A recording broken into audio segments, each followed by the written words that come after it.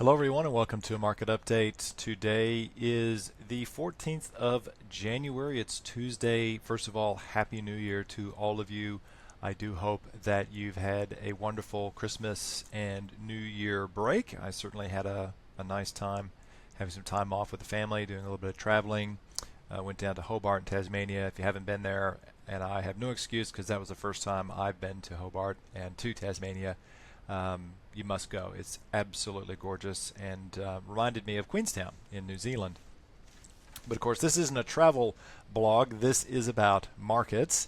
And so let's get into the top three things because a lot has happened since my last market update. The top three things today are Hail to the Chief, and I'm pretty sure most of you probably know the reference to that, which I'll get into. Number two is inflation. Number three, interest rates.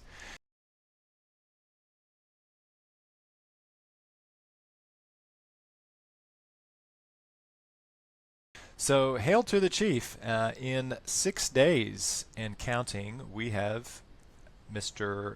and President-elect Donald Trump being inaugurated into the White House, and I think it's going to be a very interesting 4 years coming up. He's already made a lot of, I don't want to say noise, it's probably not quite the respectful term I would use, but he's made a lot of statements, I suppose, better way to put it, about the policy shifts and other things that he wants to do, making a lot of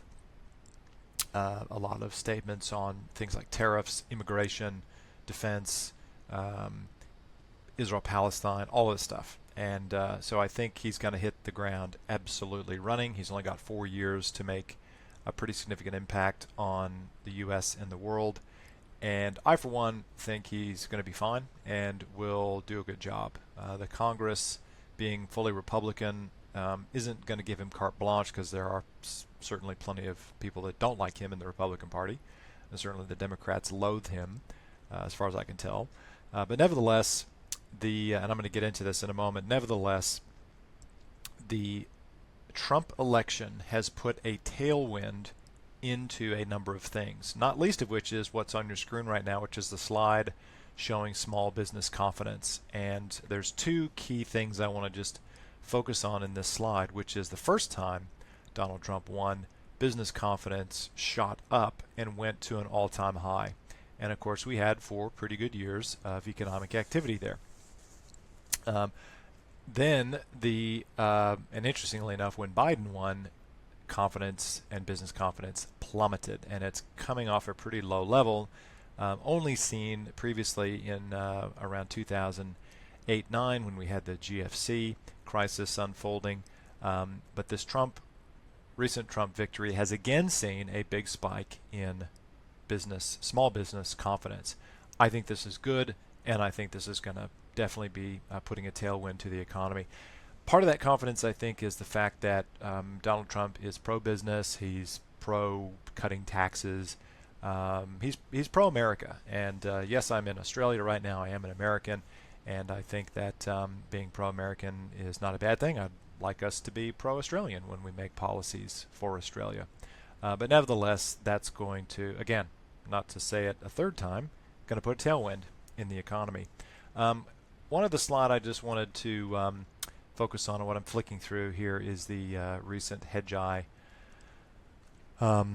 quarterly update, and there's a few slides I'm going to hit on, but that that business confidence slide is really important. But here's a slide in relation to markets. This slide is a number of sectors. It's pretty busy. There's a lot going on in it, so you can certainly pause the video here and have a real good look. But this is a number of sectors that all have an ETF, or an exchange-traded fund, that trades for them and shows you the performance of those sectors. Sorry, I got a bug flying around me. For the term of the last Trump presidency. And as you can see, things like tech fund, the XLK, the consumer discretionary, financials, healthcare, all had huge performances during that period of time. And I am not anticipating that things are going to be any different this time. They could be, of course, but we do have economic tailwinds coming in where the economy has been improving, and clearly from things like the business confidence, small business confidence improvements, and other areas of the market where Trump, I think, is going to have an impact. I would expect that we will see similar types of performances out of these sectors. The good news is I've positioned us for growth, and I've talked a lot about in my market update, so I won't revisit too much of that right now. But the general point here is, just whether you like Trump or not, I would evaluate him on what he does, not what he says, not how he behaves, but what he actually does from a policy standpoint. And the last time he was president, as far as I'm aware, he didn't start any new wars. In fact, he got us out of, when I say us, the U.S., out of some conflicts. Didn't start any new ones. Seemed to have Russia sort of managed, and broadly was good for America and all Americans, not just the wealthiest 1, 5, or 10%, but all Americans. And I really do hope that that is what happens this time. Enough about politics and Trump.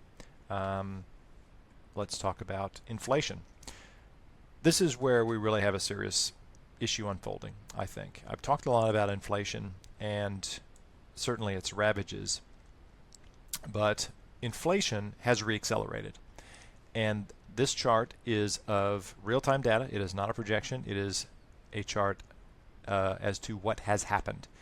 You can see here that inflation, this is U.S. inflation, monthly inflation figures, troughed in September of last year, and it has reaccelerated to the upside. And I've been talking about this now for the last few market updates at least. And the issue now is the Fed has been sort of kowtowing to Wall Street and other market participants in this continued talk about cutting interest rates and cutting interest rates into 2025. I don't think the Fed's going to be able to cut rates anymore at all. I also don't think the Australian Central Bank is going to be able to cut interest rates, and I'm going to talk about that in a moment. But inflation has reaccelerated in the U.S. It's reaccelerating in Australia, and right now the base case is for continued acceleration of inflation. We're seeing inflation in, sorry, I should say the key additive things to inflation are shelter. Does this sound familiar? We have a shelter issue in Australia. Rents are rising. I've got a 24-year-old who we're trying to get to move out of the house. He's out there looking at apartments, was doing so over the Christmas holidays. There's 20, 30 people showing up to an open house for a 2-bedroom unit, around the northern beaches.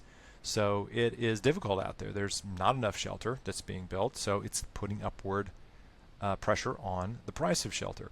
Oil has been rising of late. It had a bit of a dip, but it is now back up in the sort of high 70 USD a barrel range.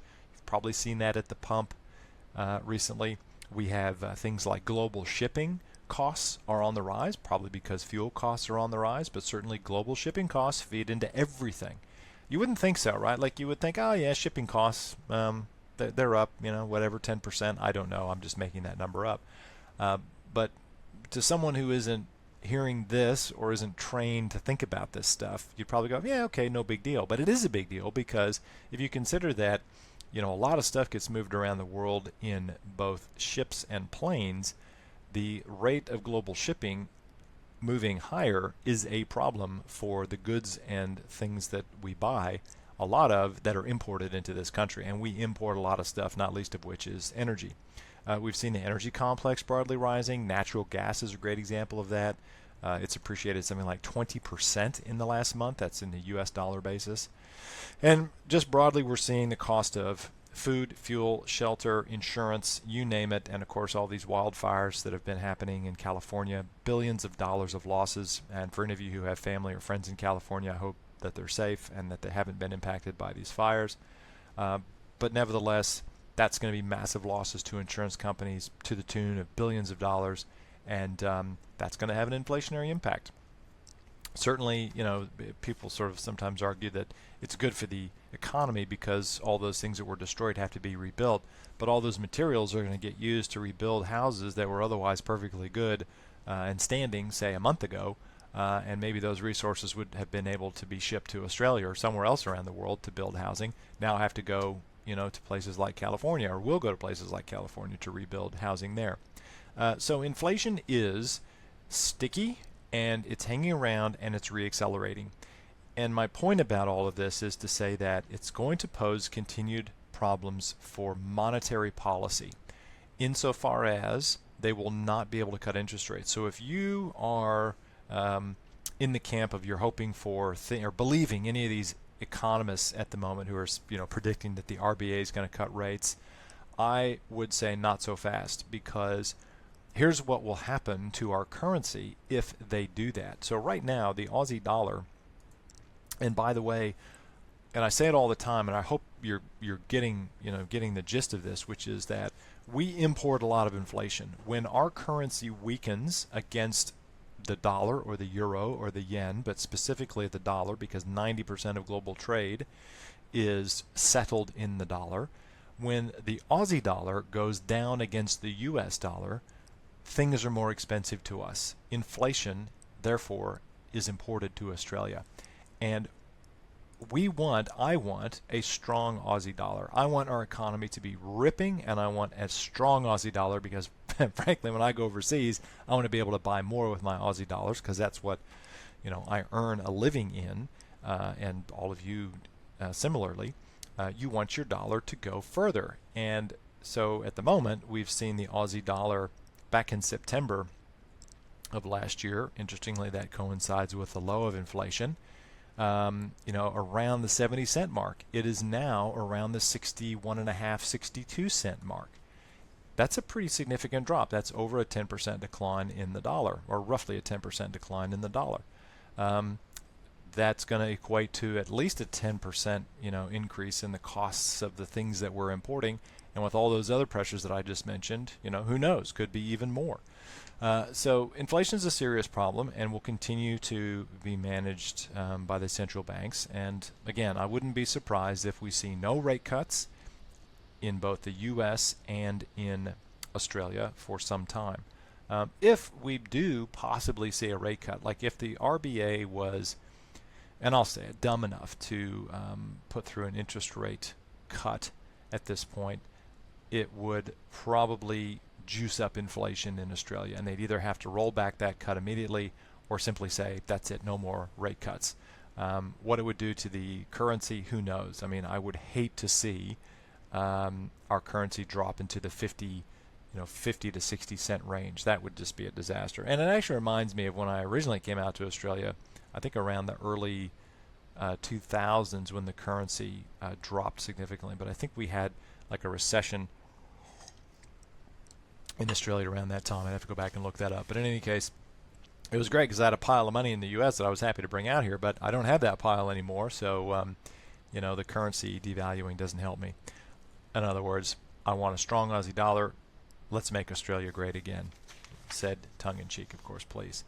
Finally, rates. So what's driving interest rates at the moment? And what is it that would give the Fed and even the Aussie Central Bank, the Reserve Bank, a reason to pause? Well, one of the key things, couple key things in the U.S. First of all, unemployment is down. Jobless claims are down. So in other words, the labor market is actually strengthening. Job vacancies and open positions are increasing, which means there's more jobs than there are people to fill them. What do you think that's going to do to wages? It's going to drive them up, right? So employers are going to have to pay more to attract employees. That's going to have an inflationary effect. So the things that would normally enable the Fed to cut interest rates, for example, higher unemployment claims, low job vacancies, unemployment just being higher in general, things of that nature are not present in the market. So again, I say to you, it's highly unlikely that we're going to see any sort of future cuts in interest rates. Now, to that end, and I might just pause for one moment here and make a suggestion. We are at the moment, and I've actually just done this myself. So I've just come off in my home loan a 3-year fixed rate, which was great. And for those of you who 3 years ago, seems like only yesterday, took our advice to lock in around that, I think I had locked in about a 5.25%, I believe, interest rate. worked out really well. I've just refixed for 2 years with my lender, which is Macquarie Bank, for 5.69, I think. So that would tell you that I think my view on interest rates is, and right now, by the way, for context, the variable rate that most of you would probably be on is around maybe 6.15, 6.2, 6.3, somewhere in there. That's probably where you should be living in terms of a variable interest rate. 5.69 is, 40 bips, let's call it, 40 basis points, almost a 0.5% below that. And in an environment where I don't think interest rates are going to be cut, and heaven forbid might even go up, then I think that rate is pretty solid for the next 2 years. So anyway, this is a bit of a suggestion that if you haven't had a conversation with Darren about, he's been excellent, by the way, about contacting clients who are coming off fixed rates and asking them what to do. But if you're on a variable rate and it's not somewhere in that 6.1 to 6.3 range that I just mentioned, please do give us a call, and specifically Darren a call, and we can have a look at getting you on that. If you are also on a variable rate and want to look into what fixed rates your bank has available to you, then please let us know that as well. We'd be all too happy to do that.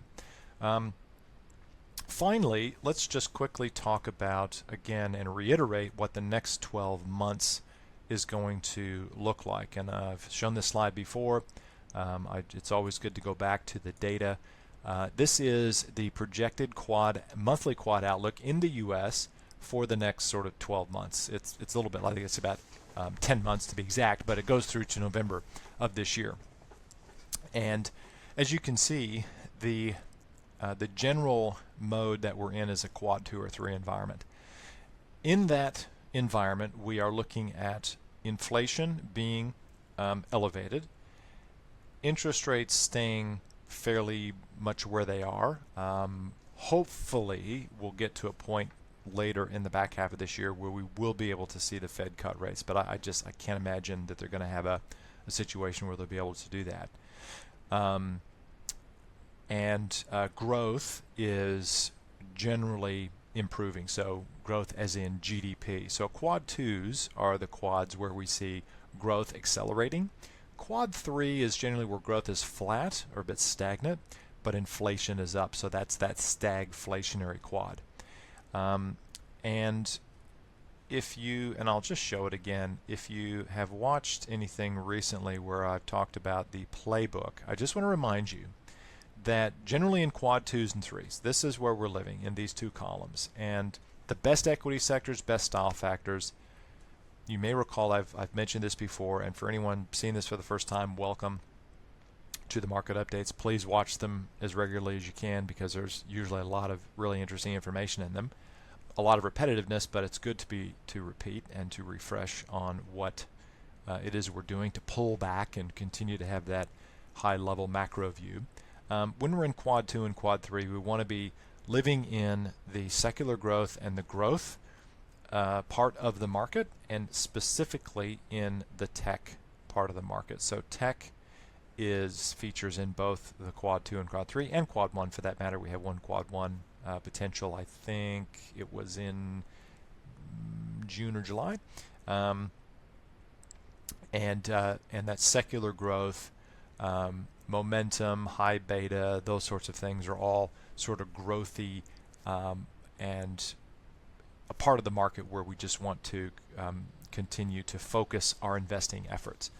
How do we do that? I've mentioned a number of ETFs. I'll just rattle off a couple that you all own in your portfolios right now. VGT, which is the Vanguard Tech ETF, QQQ, which is the Invesco NASDAQ ETF, and those are heavily focused on tech and growth and the growth part of the market. I've just recently made one change where I'm selling down the Russell 2000, the Russell 1000 Growth Fund in favor of the Russell 200 Growth ETF, which focuses and hones even more onto those top 200 sort of growth stocks in the Russell index. And I think I have a chart. Yes.